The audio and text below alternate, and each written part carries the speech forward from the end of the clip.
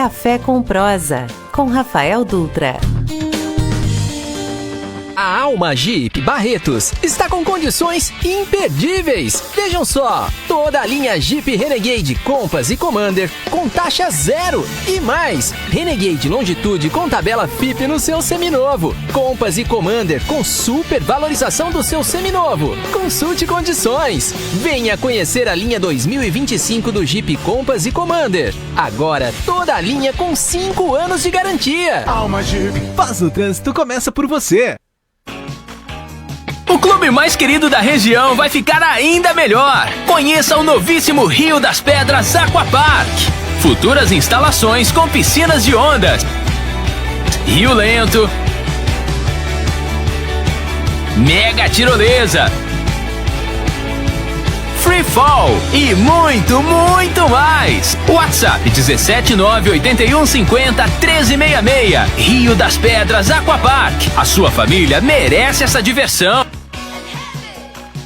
Descubra a magia da higienização de estofados com a Imperial Clean. Elimine sujeira, ácaros e bactérias, garantindo um lar saudável para a sua família. Restaure o brilho e as cores originais do seu sofá como se fosse novo. Cuide da saúde e do conforto de quem você ama. Oferta exclusiva. Contrate agora e ganhe uma lavada simples no seu carro. Acesse nosso site imperialcleanestetica.com.br e agende uma visita já. E aproveite! Imperial Clean, os melhores serviços para deixar sua casa limpa e confortável.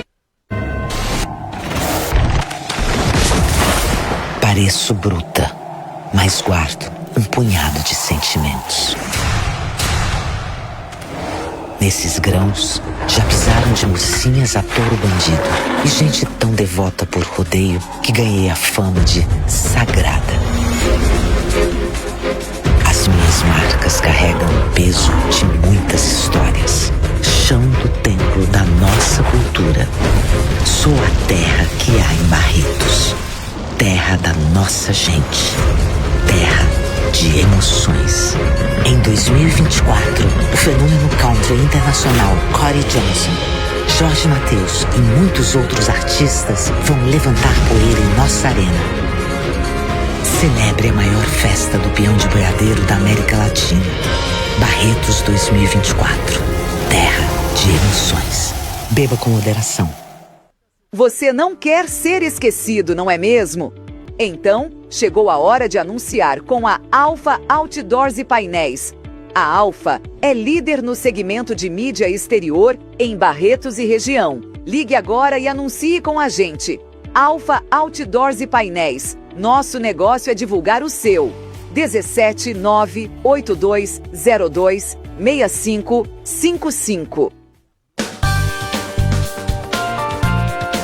Café com Prosa, com Rafael Dutra. Na cidade de Barretos, 5 horas 4 minutos, está começando o programa Café com Prosa com Rafael Dutra, só que desta vez com Igor Sorente. Eu sigo com vocês até às 6 horas da tarde. Este programa saúda as mais de 15 cidades que ouvem a Rádio Jornal. E aqui comigo na mesa, operando aqui de forma dupla, Adilson Garcia e Henrique. Muito boa tarde para você, é um prazer muito grande estar aqui novamente com esse programa líder de audiência, principalmente quando você está dirigindo.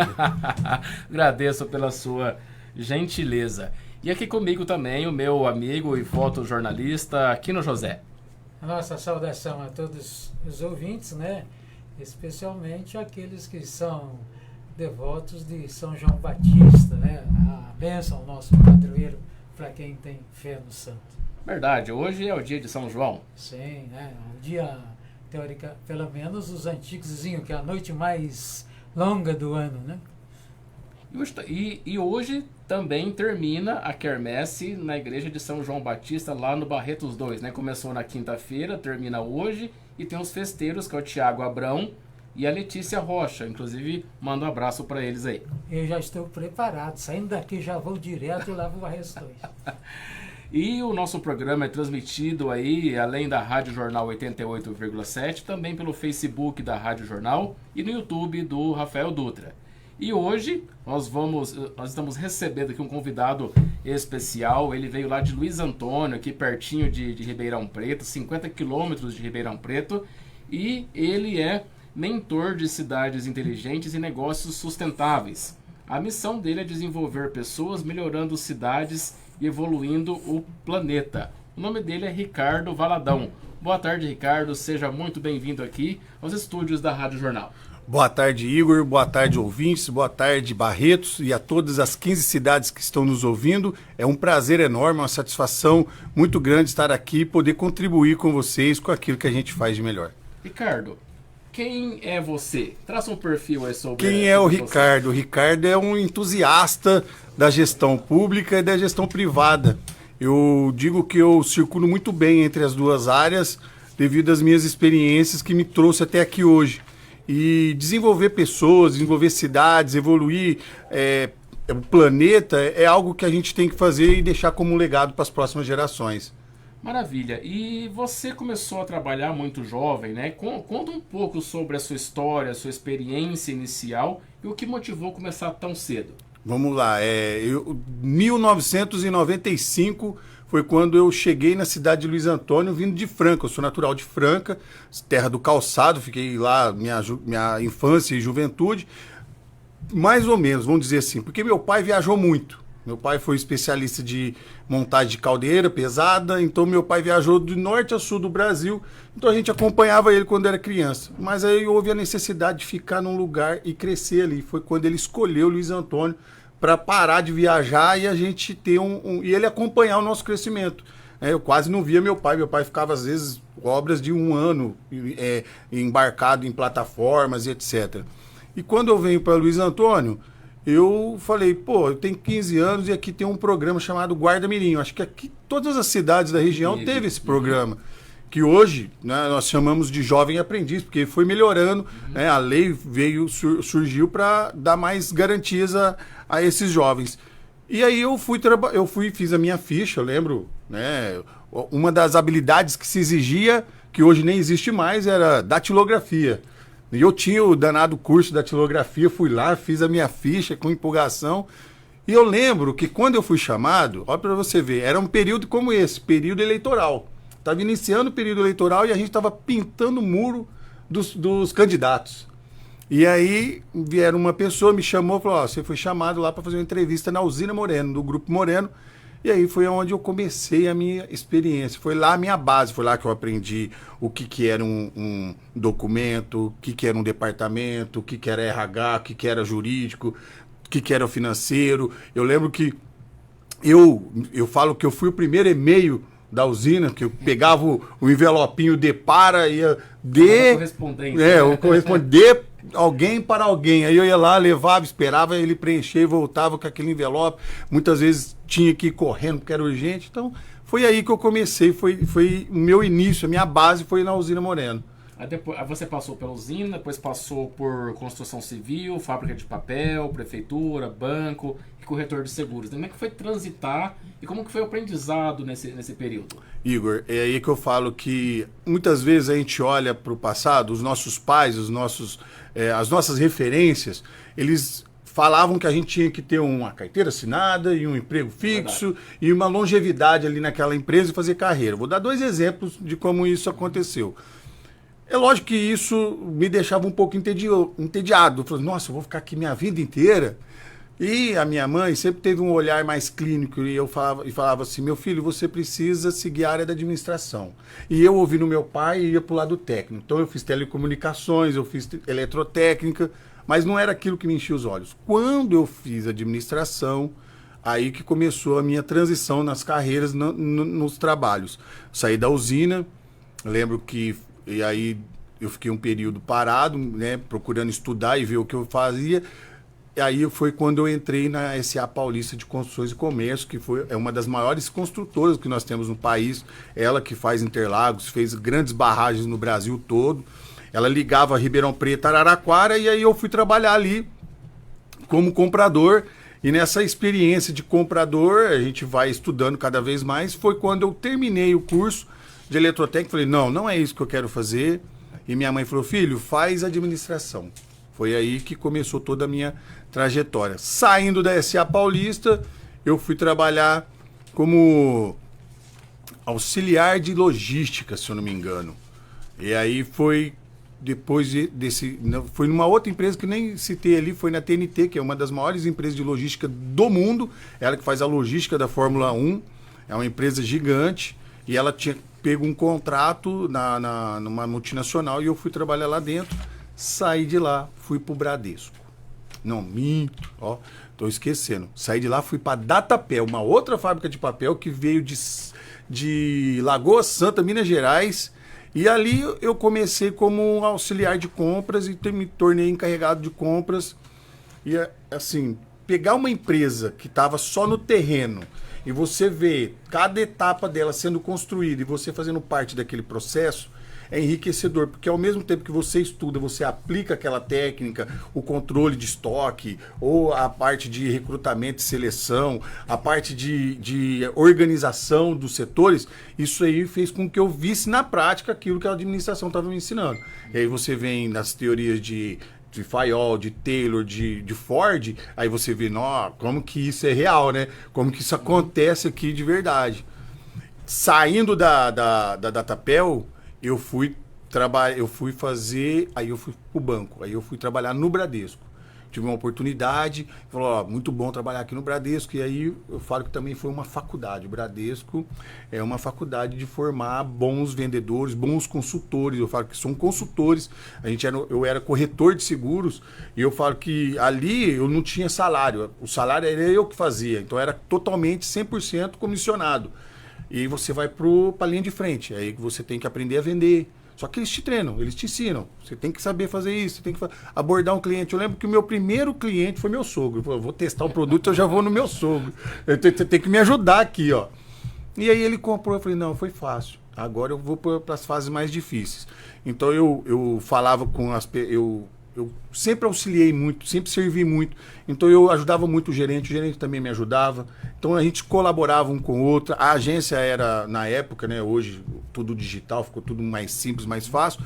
Mas na época o volume era muito grande, muita gente sacando dinheiro, fazendo empréstimo ali na boca do caixa. E você auxiliar o gerente também nessa parte era algo que eu gostava, porque eu tinha contato direto com o público.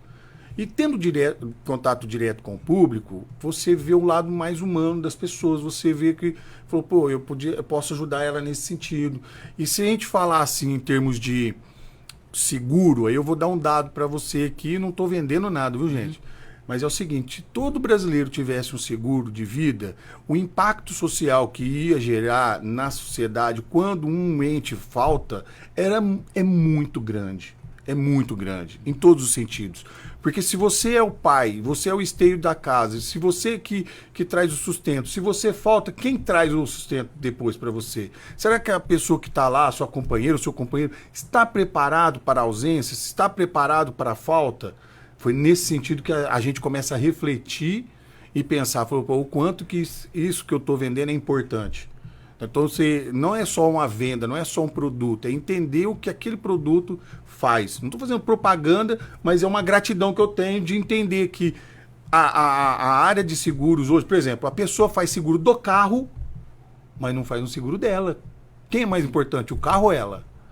Né? Então, faça. E às vezes ele pensa que é uma coisa muito cara, e não é. O seguro de vida... se vamos falar uma coisa simples, se for só de acidente, ou seja lá, alguma coisa que aconteça no percurso com a pessoa, é muito mais barato do que o seguro do carro durante o ano. Entendeu? Saindo do Bradesco, foi uma experiência enorme, mas aí surgiu um problema familiar. Minha filha tinha que fazer uma cirurgia e eu não tinha convênio. Onde que entra a dificuldade, como é que a gente tem que se mover? Eu falei, a única forma de eu ter um convênio, agora é entrando lá na fábrica, na International Paper, que é a fabricante hoje, o grupo chama Silvamo, mas é a que fabrica o Chamex, né, o papel que todo mundo aí lê, escreve e imprime, e eu precisava, né, ter um convênio médico. O que eu fiz? Entrei no curso técnico de Química, que é fornecido na cidade, entrei como estagiário. E eu falei assim, bom, como estagiário eu já consigo o convênio médico. Então, esse índice de viração própria que a gente chama, né? Como que você soluciona um problema rápido para poder ser... Eu sempre fiz isso. Entrando lá, eu tive 4 promoções em um ano, que é muito difícil, para um início. Em um ano, você começar como estagiário, 3 meses eles já me contrataram e me passaram para o turno.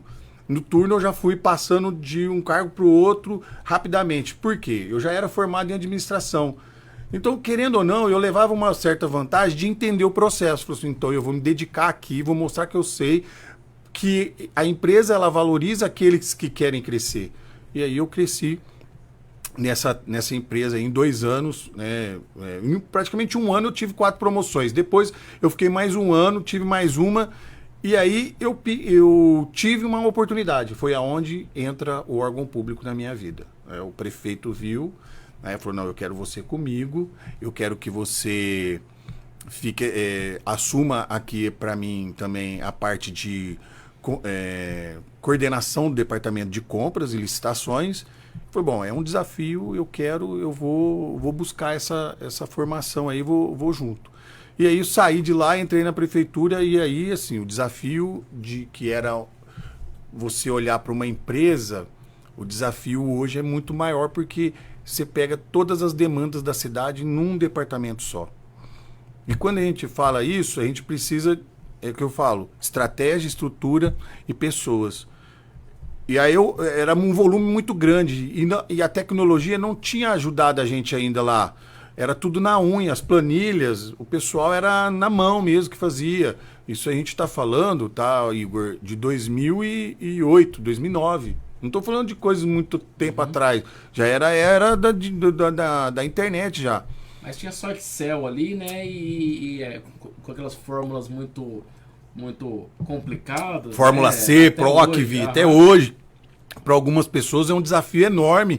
E aí eu dou uma dica para os jovens, não é só você saber o que é tecnologia, é saber usar a tecnologia. PowerPoint, Word e Excel é o básico da informática do Office, né? Pacote Office, não é nem informática assim, senão a gente vai entrar em linguagem de programação. E o que eu falo para os meus alunos e para os meus mentorados? O Excel é uma das ferramentas mais poderosas que existe para a gestão. Ela começa ali, você pode começar numa planilhinha básica.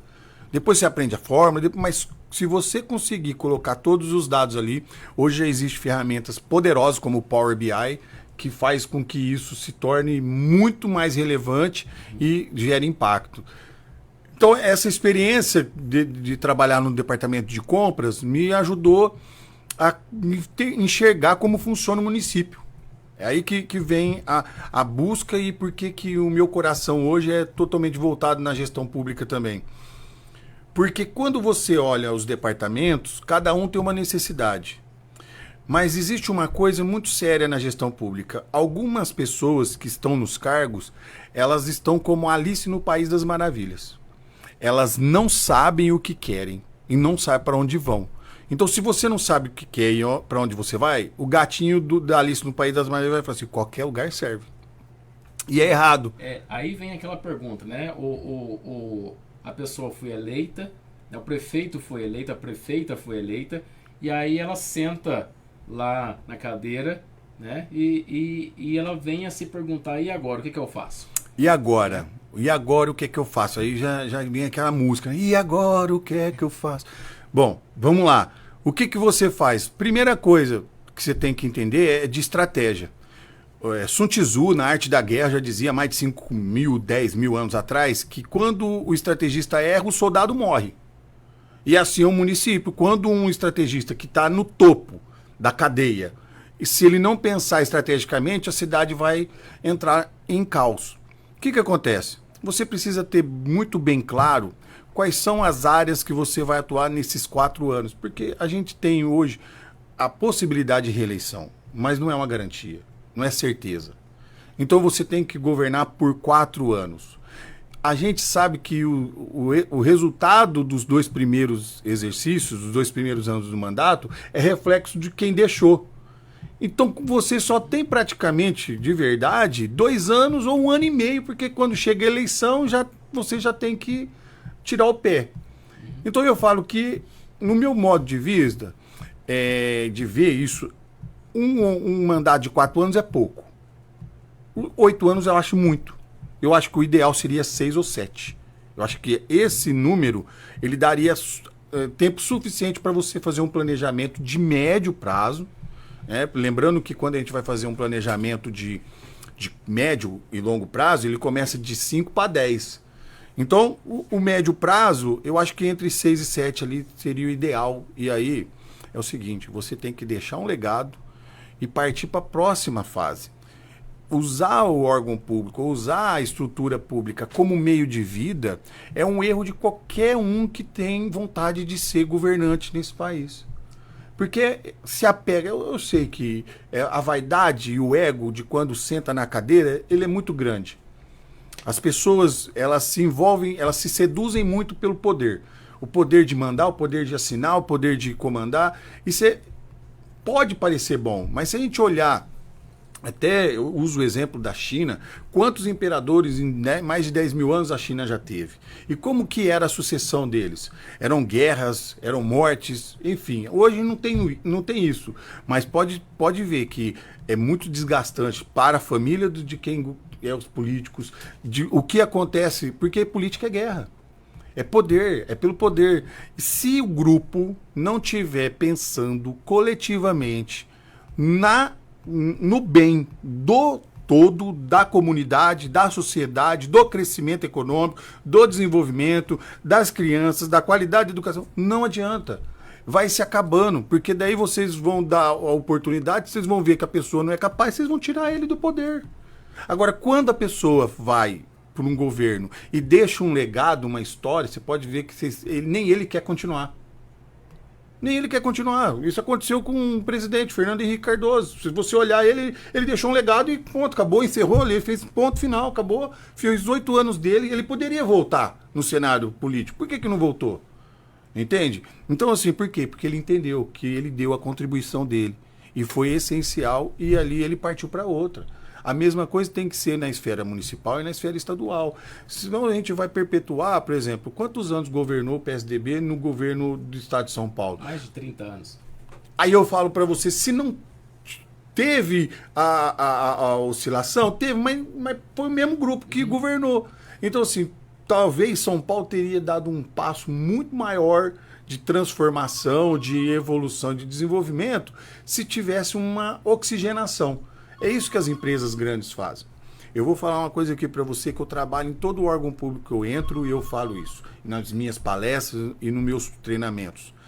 Fast Learn Organization, FLO. É isso que o Vale do Silício usa para as empresas de tecnologia. O que é isso? É uma empresa, uma organização que aprende rápido. No mundo de tecnologia, de internet das coisas, do IoT, da inteligência artificial, das coisas evoluem tão rápido, não é possível que ainda a gente não tenha estrutura dentro dos órgãos públicos. Eu estou falando aqui, mas eu tenho certeza que muitos dos ouvintes que estão nos ouvindo aqui agora, está sentado numa cadeira de um órgão público, está olhando para o telefone dele, está olhando para o computador dele, para a cadeira dele, e está falando assim, está faltando mesmo. Eu sei, porque daqui da região eu fui em mais de 42 prefeituras. E uma das coisas que eu falava para todo prefeito que eu via, prefeito, escuta, vocês têm os melhores funcionários que você poderia ter no seu órgão público. Você tem que dar estrutura para eles. Eles não têm cadeira, eles não têm armário, eles não têm nada, eles não têm uma cadeira boa para sentar e ficar 8 horas sentado nela. A pessoa não aguenta, ela vai ficar, ela vai adoecer, ela vai pedir para sair, ela vai dar atestado, ela não vai querer trabalhar nesse lugar. É insalubre. Eu cheguei aqui, ó a cadeira que nós estamos aqui, ó, uma cadeira boa, confortável, que me deixa garantia que eu vou fazer o meu bom trabalho durante um bom tempo. Então isso é o mínimo, isso é o básico. Essa é a falta de estrutura que nós temos nos órgãos públicos. Você pode chegar lá, às vezes a pessoa, né, talvez no atendimento dela ela mostra a insatisfação dela, e quem sente é o povo. Eu digo que órgão público não tem, né, nenhuma obrigação de gerar lucro. Não é isso, obrigação do governo gerar lucro. É a diferença que muitas vezes quem vem da iniciativa privada quer implantar dentro dos órgãos públicos. Enxerga que, não, vamos fazer igual na iniciativa privada. Espera aí. Iniciativa privada, ela visa lucro. Ela quer a eficiência de tudo que ela colocou lá e ela quer retorno. Os stakeholders, as pessoas lá estão querendo colocar dinheiro no bolso. No órgão público, você não pode pensar dessa forma. Mas você tem que gerar valor para a sociedade. Quando a sociedade reconhece que você fez um bom trabalho e que aquele trabalho é eficiente, realmente aconteceu e foi de uma maneira satisfatória, a população reconhece e te devolve na forma de voto na eleição. É isso, é basicamente o que fez com que eu entendesse que os órgãos públicos brasileiros precisam demais de um choque de gestão, uma forma de olhar para a gestão pública mais abrangente, mais eficiente. Maravilha, vamos fazer girar a mesa aqui. Aquino. Bem, como que o gestor público, ele, para ter uma equipe coesa, uma equipe que funciona, como é que ele escolhe, né? Quais critérios ele utiliza para escolher seus assessores diretos, seus secretários? Que critérios ele deve usar? Não, boa pergunta aqui. Vamos lá. Para formar a equipe de gestão, ele tem que ter dois pontos de vista, né? Que é que geralmente ele tem que olhar com um olhar político, né? Porque quem ajudou ele a chegar lá? E o lado técnico. Ele tem que fazer um misto disso, mas um misto que garanta para ele a eficiência do trabalho. A pessoa ela pode ser política, mas ela tem que buscar formação também. Nós não podemos mais acreditar que pessoas, somente porque ela surgiu da veia da população, surgiu do clamor público. Por exemplo, vou citar aqui, por exemplo, o sorveteiro. Nada contra o sorveteiro, mas ele é uma pessoa que é conhecida na cidade toda. Todo mundo gosta dele. Aí o prefeito, não, por gostar dele, eu vou colocar ele num departamento lá para cuidar das pessoas. Essa visão, ela é retrógrada, ela é uma visão atrasada. Ele pode ser bom com a população, ele pode ser ótimo no atendimento, então vamos formar ele. Vamos dar capacitação, vamos dar treinamento, depois ele ingressa. Porque essa é uma perda que a gente tem na gestão da eficiência, que a gente gasta muito tempo para treinar as pessoas e quando você termina, ela já está saindo. Então, o que o prefeito precisa ter para poder fazer uma gestão coesa, para poder ter uma eficiência? É analisar bem a capacidade daquela pessoa que vai ocupar aquele cargo, tecnicamente e politicamente também. Nós estamos num ano eleitoral, né? Qual sugestão, qual dica que você dá para os candidatos que estão aí, né, sonhando em serem, né, os governadores das cidades, né, que vão ter a eleição agora em outubro, né, o que devem pensar, o que devem planejar para o próximo pleito? Bom, boa pergunta. Para o próximo pleito, e aí a gente estava conversando nos bastidores, nós temos as ODS, né, são 17 objetivos de desenvolvimento sustentável que nós precisamos atingir até 2030. Então, todo o governo deve ter como visão de futuro atingir esses objetivos. É claro que, às vezes, as metas elas podem estar longe daquilo que a gente desejaria que estivesse, mas tem que estar na direção, em busca desses objetivos. Então, a dica que eu dou para os novos candidatos que queiram, né, entrar no pleito eleitoral é a vocação que ele tem para isso. Ele tem que ter vocação. Não adianta eu querer ser um governante e não ter vocação para aquilo. Vai dar ruim. Então, ele precisa ter vocação para isso, ele precisa ter um grupo, uma equipe muito forte de trabalho e visitar casa a casa e ouvir o que a população mais deseja. Não existe outro segredo. A população, ela sabe aquilo que... Você vai num bairro, qual é a necessidade daquele bairro? Todo mundo sabe. O Brasil sofre com falta de segurança pública, com iluminação inadequada, com falta de estrutura interna, como parques, como praças, quadras, enfim. A gente falta como projetos sociais. O Brasil nunca faltou dinheiro aqui. O problema do Brasil não é financeiro, o problema do Brasil é político e social. Nós precisamos olhar de maneira mais séria para as questões sociais, diminuir essa diferença de poder, dar acesso para as pessoas, e, em contrapartida, também e melhorar a questão política. Porque se for só pelo poder, eu acredito que ainda nós não vamos evoluir como país, como cidades e como Estado. Então, o que eu falo para os próximos candidatos é: se atentem nas questões mais sérias do nosso país, de maneira global, mas haja local. Porque você pode falar da fome no mundo, no planeta, no país, mas na sua cidade, no teu bairro, como que está essa questão? É isso que ele tem que trabalhar. Entende? E o eleitor, né? O eleitor, do ponto de vista do eleitor, aquele que não vai se envolver como candidato a nada, não vai participar de nenhum governo, né? Que critérios, né, que ele deve ter para escolher os seus candidatos, pensando numa boa gestão? Então, o que ele tem que fazer? Para ele renovar o voto dele no político que já está eleito, que já está no cargo, precisa ver o que foi feito.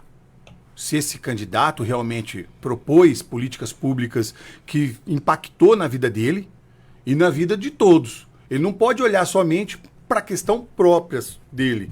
Eu falo uma frase que essa frase é muito forte: não troque proposta por propósito.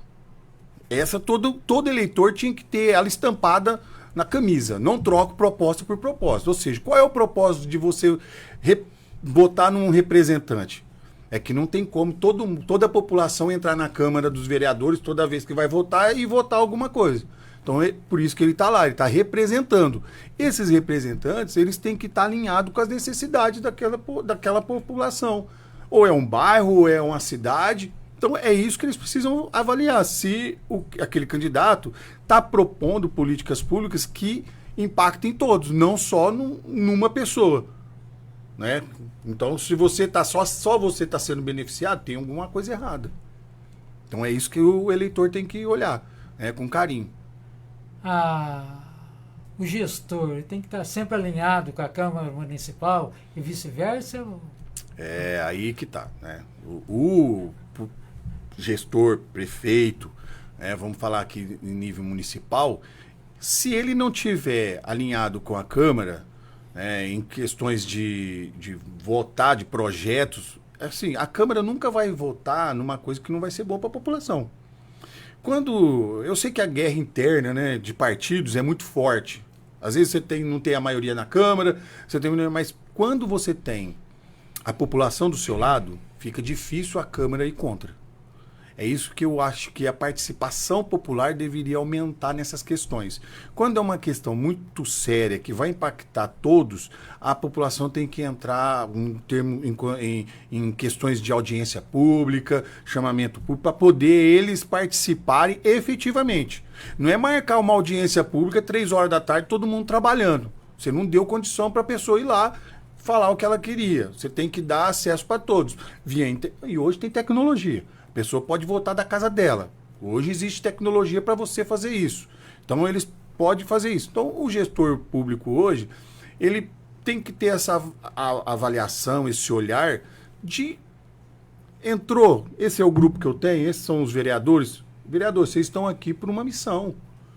Então, não é porque eu sou de um partido, vocês são de outros, que nós estamos remando contra. Eu acredito que o direcionamento deve ser um só, o progresso e o desenvolvimento da cidade. Muitas vezes não acontece por isso, por brigas políticas, por partidos, por blocos, o que eu acho um retrocesso novamente. Acredito que hoje, com as ferramentas tecnológicas que nós temos no Brasil e no mundo, para facilitar a participação popular, deve ser utilizado na gestão aí junto com os vereadores e o prefeito. Igor. Bom, eu vou fazer aqui uma pequena pausa para anunciar aqui o nosso patrocinador. Bônus de até R$40 mil com o seu Jeep seminovo na troca, mais IPVA 2024 grátis. Aproveite a linha do Jeep Compass com taxa de 0,99% ao mês, 50% de entrada e 36 vezes. Venha para a Alma Jeep em Barretos e faça um test drive. É isso aí. Bom, o Ricardo Valadão, nós estamos aqui ao vivo pela Rádio Jornal 88,7 FM. E entre aí os 17 ODS, né, que é vamos dizer assim, seria um pacto com as Nações Unidas, é isso? Isso, os Objetivos de Desenvolvimento Sustentável foi um pacto formado por vários países, né, na ONU, Tá. e aí os países devem ter esses 17 objetivos para alcançar. Tá, dentre eles está aí a pobreza, né? O combate à pobreza, né?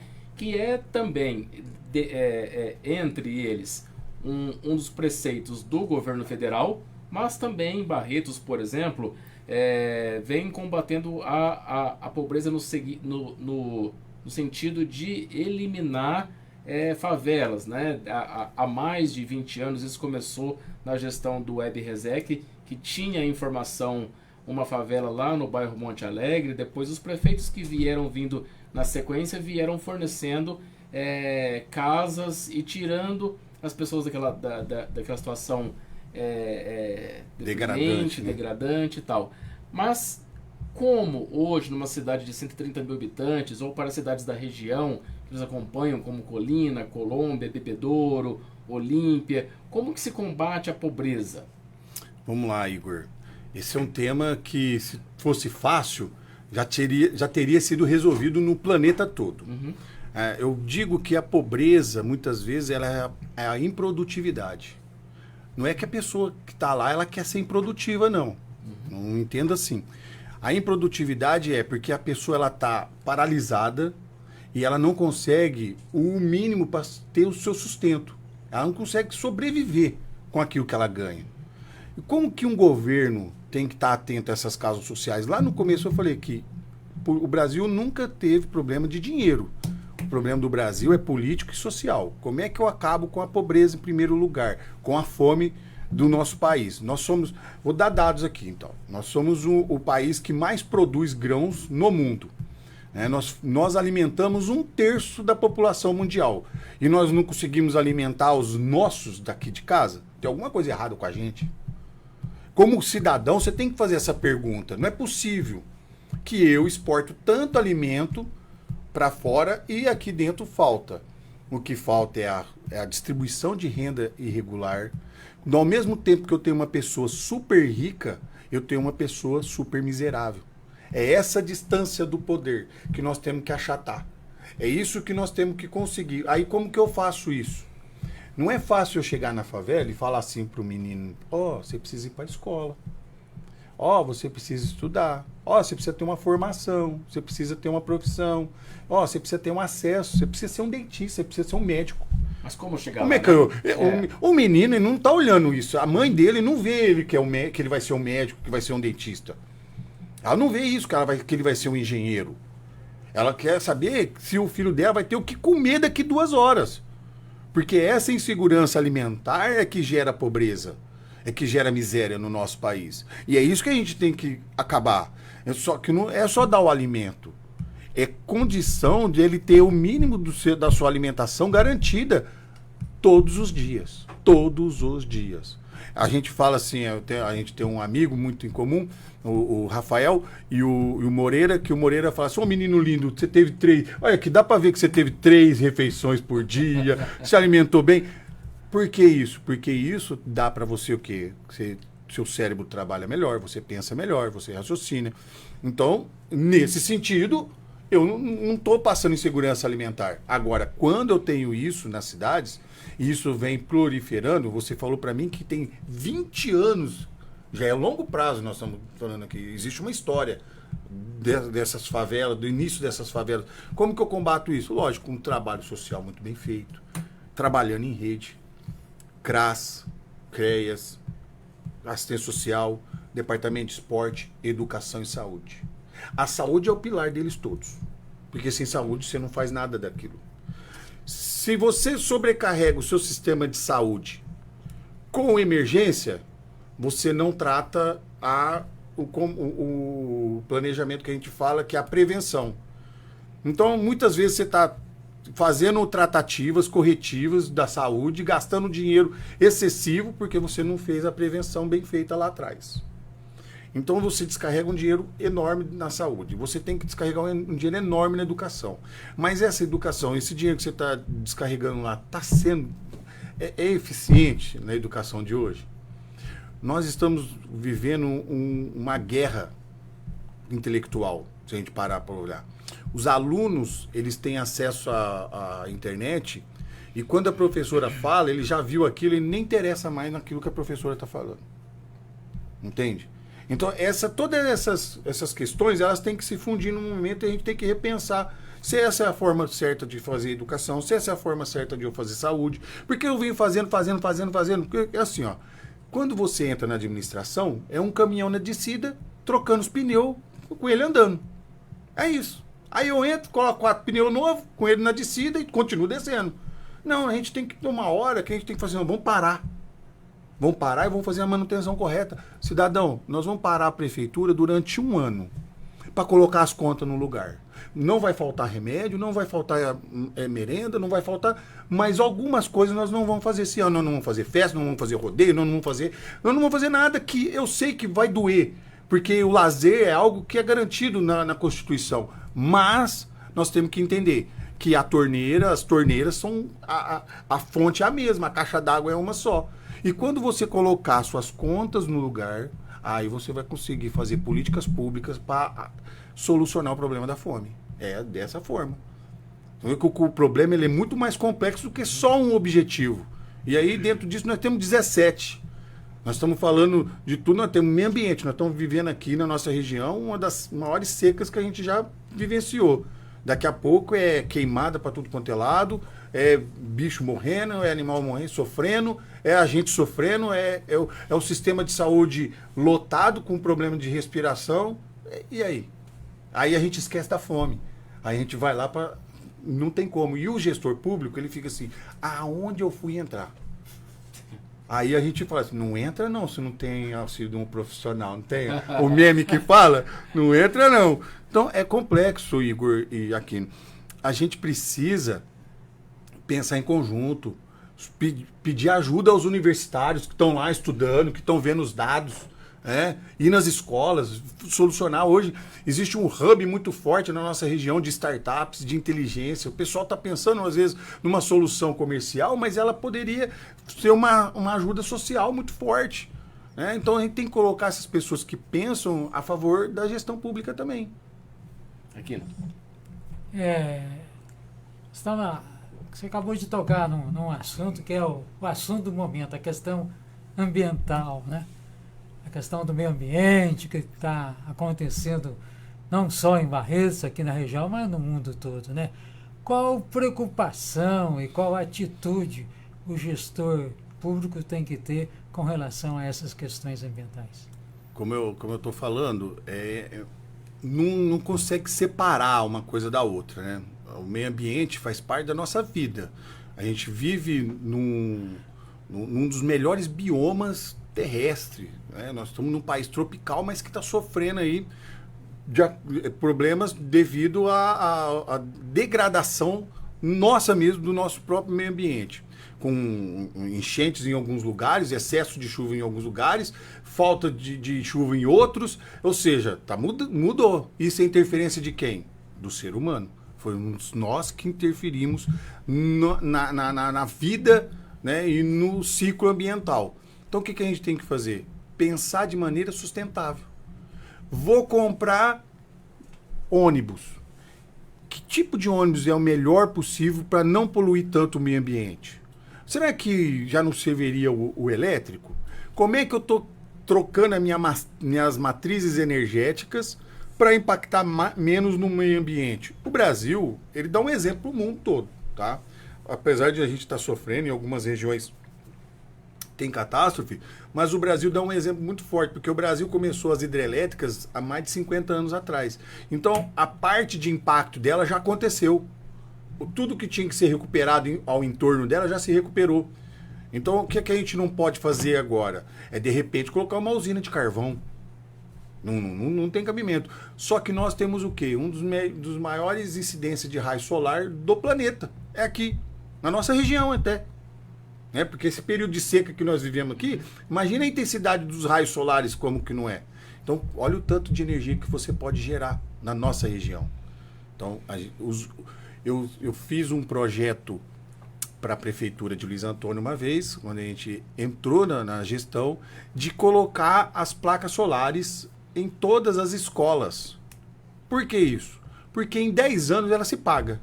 Se tivesse feito, faltaria 2 anos para terminar. E ela não estaria mais ela já se tornaria autossuficiente energeticamente. E dali para frente ela ia fazer o quê? Ela ia sobrar. Sobrando, o que eu faço? Comunidade carente. Vamos lá, vamos fazer um cadastro, o excedente aqui eu vou fazer. Então nota que não está se pensando em longo prazo, só se pensa de 4 em 4, fatia. E de fatia em fatia nós não vamos chegar lá na frente. Se não tiver bons planos diretores, que dê sequência. Porque não adianta, eu não gosto de você aqui, e você não gosta do Igor. Eu entro e aí você não continua o que eu faço. Aí o Igor entra no seu lugar e não continua o que você fez. E aí fica uma briga de vaidade. O Brasil precisa terminar com isso. A gente precisa ter mecanismos, né, muito bem claros e bem definidos, em que começou uma obra que gera impacto para todos, vai terminar. Querendo você, gostando ou não, vai terminar. Ponto. E cumpra-se e aí a gente evolui nesse sentido. Entendeu? É isso. Diante dessas questões e outras aí da necessidade, você acha importante, por exemplo, a população participar dos conselhos municipais efetivamente, que na verdade alguns conselhos são figurativos, né? De que maneira a população pode participar, né, e cobrar do gestor público essas políticas públicas? Essa é uma dificuldade das gestões de formar os conselhos, porque realmente às vezes a população não se interessa, porque foi ensinado a gente a não gostar de política. Política vem de politeia, que vem de cidades. Significa ser gestão de cidades, administrar cidades. Por que a gente não administra a nossa cidade? Por que a gente não administra... Eu falo que a gente tem que governar primeiro a si. A gente governa assim, a si próprio, cuida da nossa vida, depois a gente cuida da vida dos outros. Senão a gente não consegue evoluir nesse sentido. Aí o cidadão reclama, vai lá no Facebook, desce além, e fala. Aí, o que ele teria que fazer? O governante, vendo essa demanda, falou só, escuta, você está no canal errado, nós temos uma ouvidoria. Escuta, você não quer participar do conselho? Chamar, atrair essa pessoa para ela ver como que é feito na realidade. Quando eu já fiz parte dos conselhos da saúde, fui presidente do Conselho da Criança e do Adolescente por 2 vezes, sempre quando eu mostro para a pessoa que reclamava, que falava alguma coisa, eu chamo ela e faço ela participar, ela fala assim, não sabia que era assim. Essa é uma resposta mais ouvida depois que a pessoa vai lá e vê com os próprios olhos como é. Eu não sabia que era assim. Vai lá, mete o pau, a prefeitura está comprando isso, aquilo outro. Vem aqui, venha participar da licitação. Eu sempre chamei os comerciantes, os fornecedores da cidade, quando não sabia, falou, você precisa aprender a licitação. Existe uma lei, você sabe como é que é a lei? Não, não tem jeito de você comprar direto de mim? Eu falei, não posso. Porque essa é a vontade. Mas fulano vende. Não, ele não vende assim. Existe um processo, ou é de compra direta, se for dispensa, existe cotação, você tem que fornecer preço. Não, ficar aí preenchendo com esse papel lá, não quero não. Então a própria população, às vezes, ela não sabe lidar com as questões legais da prefeitura, dos órgãos. O que eu falo? Ensina. Se torne um professor, ensina lá, vem cá, chama todo mundo aqui na sala aqui, nova lei de licitações, vamos ensinar para vocês. A partir de agora vocês não podem alegar a ignorância, que a prefeitura não fez nada para ajudar vocês. Aí você treina toda a cidade de forma gratuita, todo mundo entende como que participa, acabou. Aí você agora, toda vez que vocês verem lá um edital, toda vez que você vê uma compra, uma dispensa, você vai lá e participa, manda seu e-mail. Tá muito mais fácil hoje, e-mail eletrônico. Duvido que ninguém tenha um e-mail no celular hoje e não consegue mandar. Se você é um bom empresário, você tem uma pessoa para fazer isso para você. Ponto final. E você vai lá, eu estou ensinando vários fornecedores, amigos que vêm, como é que eu faço para mandar lá na cidade e tal? Eu falo assim, ó, você vai mandar um e-mail assim, assado, tal hora, assim, pum, manda. É batata. Na sua opinião, então, falta formação política, não formação partidária, mas falta formação... Não é formação, é consciência política. Eu sou cidadão, eu tenho que saber dos meus direitos. Eu tenho o artigo 5º da Constituição que fala lá os meus direitos e também os meus deveres. E como é que eu formo essa consciência? Aí é que você tem que ter o clamor público e ir até eles. É na escola. Deveria começar lá na base. O problema nosso aqui, né, é base. A nossa base hoje, ela tá ruim. Ela não tá boa. Eu, como professor, quando chega alunos na minha sala de aula, novos, eu testo português e matemática com eles. E aí eu sei que na matemática eles estão cada vez pior. Tá? Essa qualidade vem caindo. E você pode pegar os índices de DEB aí da região toda e procurar que apenas algumas aqui da região tem um índice melhor. O que isso me mostra? Que o interesse por certas questões, ela não... A pessoa vai falar de política na sala de aula. Não é para falar de política, porque às vezes a pessoa defende uma bandeira, uma ideologia, e não é isso que eu estou falando. Na sala de aula não é para fazer defesa, não é para fazer militarismo, militância, né, na verdade, desculpa. Não é para fazer militância, é para você ensinar os direitos que a pessoa tem. Então o direito devia ser algo que a gente teria que ter dentro da sala de aula. Existe um projeto, chama Direito nas Escolas. E aí você, através de um projeto na Câmara, você aprova e aí vem um profissional do direito dar uma aula sobre os direitos e garantias do cidadão. Imagina o tanto que eles vão entender o que eles deveriam fazer. Porque se eu não faço isso na base, não adianta eu cobrar depois de adulto. A pessoa não passou pelo processo e não aproveitou. Agora, quando ela tem a consciência, quando ela passou, não, peraí, eles estão votando a concessão do lixo. Vou lá opinar. Estão votando a concessão da água. Vou lá opinar. É natural, é público. Quando tem a participação, você vê que o processo ele vai para frente, ele vinga. Quando não tem, ele fica embolado. Então é isso que falta. Falta consciência política para o cidadão, para ele não trocar o propósito dele por uma proposta. Igor. Nós temos aí 5 minutos ainda de programa, já estamos encaminhando para os momentos finais. Quero te fazer uma pergunta aqui que já passou pela pobreza, pelo meio ambiente, agora passar pelo saneamento básico, que também acaba sendo também aí um braço do meio ambiente, né? Nós temos aí recentemente o marco do saneamento básico, né? No entanto, a gente está aí já lidando com a falta de água, né? Por mais que a gente tenha as ligações de água chegando até as casas, né? Como que os próximos prefeitos vão lidar com a falta de água? Então, e tem um outro fator também, que é a questão do tratamento de esgoto, né? Como a gente sabe que as cidades da região hoje têm quase 100% de tratamento de esgoto, mas como lidar com o esgoto a céu aberto, que às vezes acontece por falta de rede? E te lançar mais uma pergunta aí. Os serviços autônomo de água e esgoto fazem um serviço social, né? Eles não visam um lucro, mas visam aí atender a população, né? Só que a gente tem visto aí algumas propostas de venda dessas autarquias, né? Com o sentido de privatizar aí o atendimento de água e esgoto. Como que qual a mensagem que você pode passar para os próximos mandatários das cidades aí? Então vamos lá, Igor, vamos fazer a análise do seguinte. Nós temos um país com 214 milhões de habitantes, 100 milhões ainda vive sem água e esgoto tratado. Isso é um dado real. Se a gente pegar que a gente tem um marco regulatório de 2030, que todos os municípios deverão ter 100% da sua água tratada e esgoto tratado, porque isso é uma questão de saúde básica, humana, para você parar de ter um monte de doença que a gente tem, que é causado justamente por essa falta. O que eu vejo? Existem alguns processos, né? A concessão da água por uma empresa privada não quer dizer necessariamente uma privatização. Ela está concedendo por um período para que ela, com o know-how que ela tem, que os órgãos públicos não têm nem estrutura, nem estratégia. Lembra lá que eu falei, não tem estrutura e nem pessoas? para tomar conta disso. Então eu transfiro o meu poder para que aquela empresa invista e por um período ela também não vai, a empresa não vive sem dinheiro. Ela vai usufruir daquele recurso para poder pagar os investimentos que ela fez. E num prazo determinado, eu vejo que é uma das melhores soluções que existe hoje. Não a privatização, porque a privatização ela não volta. A concessão, você determina o dia e a hora de começar e acabar.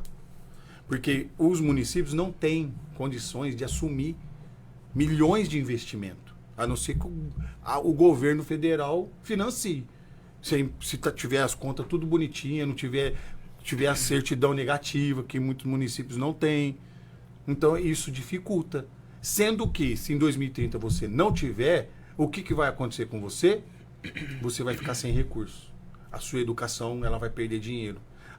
O seu meio ambiente. Então, os governantes até lá vão ter que fazer ou a concessão, ou a privatização, ou a autarquia, ou ela mesma. Elas vão escolher. Se o município tem estrutura própria, bem equipada, que dê garantias para ela, ótimo. O que acontece geralmente? Você vai pegar o custo de uma bomba que faz... Porque aqui praticamente na nossa região toda é aquífero Guarani. É bomba, poço, você fura e puxa a água de lá. Aqui nós estamos garantindo água por várias... Mas tem que ser bem feito. Aí você vai lá na estrutura, é fio queimado, é bomba que queima, aí falta água no bairro, é isso aqui. Quando você coloca uma gestão privada, isso não acontece. Porque tem segurança. Porque tem gente no local 24 horas. É monitorado por painel. Então, até que essa infraestrutura chega para o órgão público, houve investimento que a gente não tinha condições de fazer. Então, o município que já fez, ele está saindo lá na frente. Alguns municípios da região já fizeram. E isso, eu tenho visto que a garantia da água em tempos de seca está garantida, porque faltou água, faltou bomba aqui, ela tem um processo de mandar para outro tanque, do outro tanque continua abastecendo a cidade toda e não tem interrupção nenhuma. E essa inteligência quem traz é o mercado corporativo. E aí é onde que eu falo. Essa união pode ser uma empresa mista, pode ser uma PPP, pode ser uma privatização ou pode ser uma concessão, desde que atenda a população e garanta isso para a população. E que seja de maneira e com o olhar sempre voltado para o lado social. Né? Porque a gente sabe que 50% da população precisa de dinheiro. Maravilha. Aqui nós estamos chegando ao nosso momento final do programa. Dê aí o seu recado, aí a sua... Se despeça do programa. Vamos agradecer essa oportunidade. A prosa hoje foi muito boa, né? Aprendemos bastante, né? E viva São João Batista. Estamos indo lá festejar lá na paróquia, lá do Barres 2. Ricardo Valadão, pode aí deixar suas redes sociais, seu site, como é que te encontra? Então, você vai me encontrar no @RicardoValadão1 lá no Instagram e no LinkedIn, Ricardo Lopes Valadão. Você me encontra lá nas minhas redes sociais, pode mandar uma pergunta, fiquem à vontade de falar comigo lá. Maravilha. O nosso convidado, Ricardo Valadão, ganha uma caneca aqui de brinde, uma caneca da Graphic Brindes Barretos, que é a caneca do programa Café com Prosa. E o nosso programa fica por aqui, a gente volta na próxima segunda-feira, às 5 horas da tarde.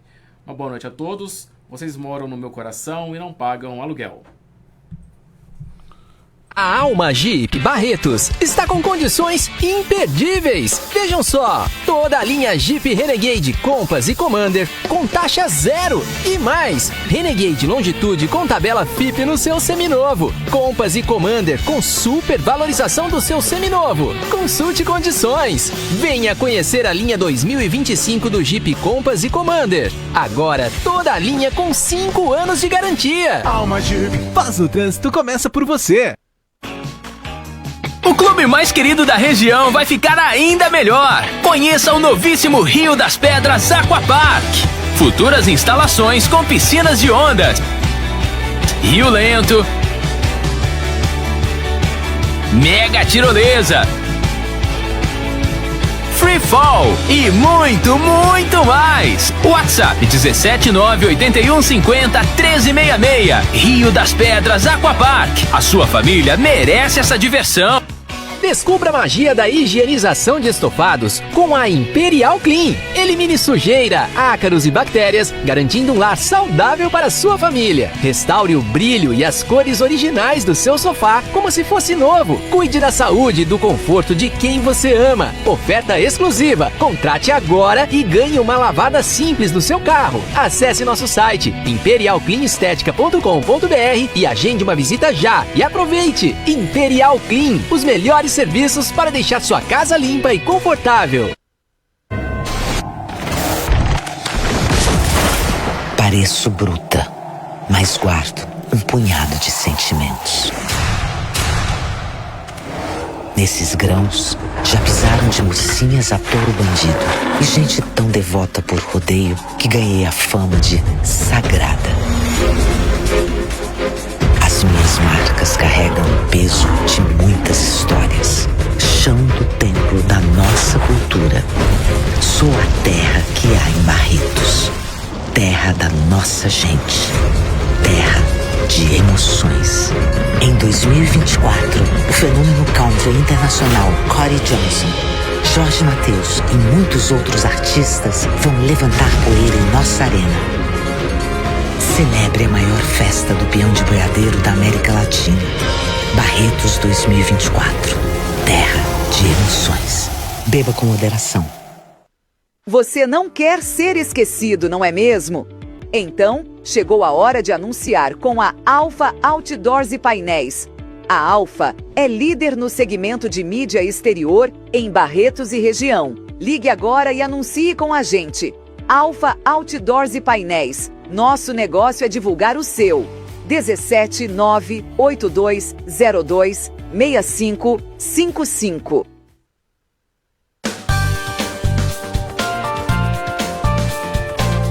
Inscreva-se em nosso canal e até a próxima!